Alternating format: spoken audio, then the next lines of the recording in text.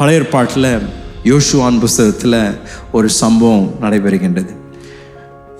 இஸ்ரவேல் ஜனங்கள் இந்த வனாந்திரத்திலிருந்து இந்த வாக்குத்தத்த பூமிக்கு வந்த பின்பதாக, சுதந்திரித்த பின்பதாக பல வருடங்கள் கடந்து செல்கின்றது. யோசுவாவும் வயதில் அவர் கடந்து செல்கின்றார்.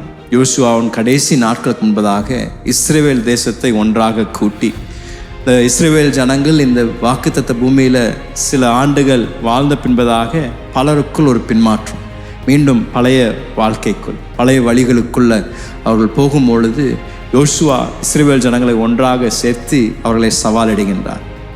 யோசுவான் புஸ்தகத்தில் 24வது அதிகாரம், கடைசி அதிகாரத்தில் யோசுவாவின் மரணத்திற்கு முன்பதாக இஸ்ரவேல் தேசத்தை பார்த்து ஒரு மிகப்பெரிய சவாலும் ஒரு கேள்வியை யோசுவா எழுப்புகின்றார்.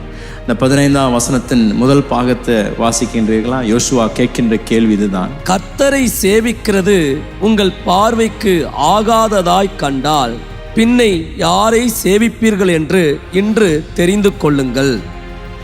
ஆகையால் யோசுவா உங்களை பார்த்து சொல்றாரு, இவ்வளோ தூரம் ஆண்டவர் உங்களை வழிநடத்தி உங்களை அடிமைதனத்திலிருந்து உங்களை பாலும் தேனும் ஓடுகின்ற தேசத்தில் கொண்டு வந்து வைத்திருக்கிறார். ஆனாலும் நீங்கள் எவ்வளோ தூரம் அவருடைய அற்புதத்தை அனுபவித்தும் இன்றைக்கு திருப்பியும் பழைய வாழ்க்கைக்கு, பழைய பழக்கங்களுக்கு திரும்பி செல்கின்றீர்கள். ஆகையால் இன்றைக்கு ஒரு தீர்மானத்தை செய்யுங்கள் என்று யோசுவா அவர்களை பார்த்து சவால்கள். இன்றைக்கு எல்லாரும் ஒரு தீர்மானத்தை செய்யுங்க. யாரை நீங்கள் இன்றையிலிருந்து பின்பற்ற போறீங்க?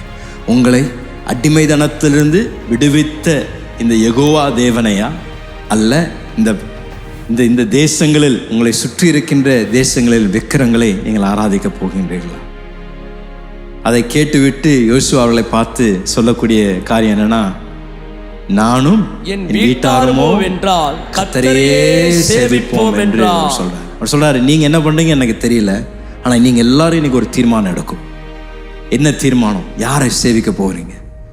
எல்லாருக்கும் விதமாக பகிரங்கமா சொல்றாரு. ஆனா நானும் என்னுடைய வீட்டாரும் நாங்கள் ஒரு தீர்மானத்தை செய்திருக்கிறோம். எங்கள் கர்த்தரையே நாங்கள் வாழ்நாளெல்லாம் சேவிக்க போகின்றோம் என்ற ஒரு தீர்மானத்தை எடுத்திருக்கின்றோம் என்று யோசுவா சொன்னார். இன்று காலையில் தேவ வார்த்தையை கேட்டிருக்கின்றீர்கள். விசேஷமாக மிக தெளிவாக பொறுமையோடு கூட ஞானஸ்தானத்தின் சத்தியத்தை நான் உங்களுக்கு முன்பதாக வைத்திருக்கின்றேன். தேவ வார்த்தையில் பல இடங்களில் தேவன் தெளிவாக கட்டளையாக தருகின்ற இந்த கட்டளையை நீங்கள் கேட்டுவிட்டு இன்னும் அதற்கு கீழ்ப்படியாமல் நடந்தீர்கள் என்றால் உங்கள் வாழ்க்கையில் அது ஆசீர்வாதத்தை கொண்டு வராது. அதனால் இன்று காலையில் ஒரு தீர்மானத்தின் நாளாய் உங்கள் வாழ்க்கையில் இருப்பதாக, நீங்கள் இயேசுவை பின்பற்றி கொண்டிருக்கின்றேன் என்று சொல்வீர்கள் என்றால், இயேசுவை உங்கள் சொந்த இரட்சகராக ஏற்றுக்கொண்டிருப்பேன் என்று சொன்னீங்கன்னா, தேவ வார்த்தையில் நாம் பார்க்கக்கூடியது முழுக்கு ஞானஸ்தானத்தின் உடன்படிக்கைக்குள் கட்டாயம் பிரவேசிக்கும்.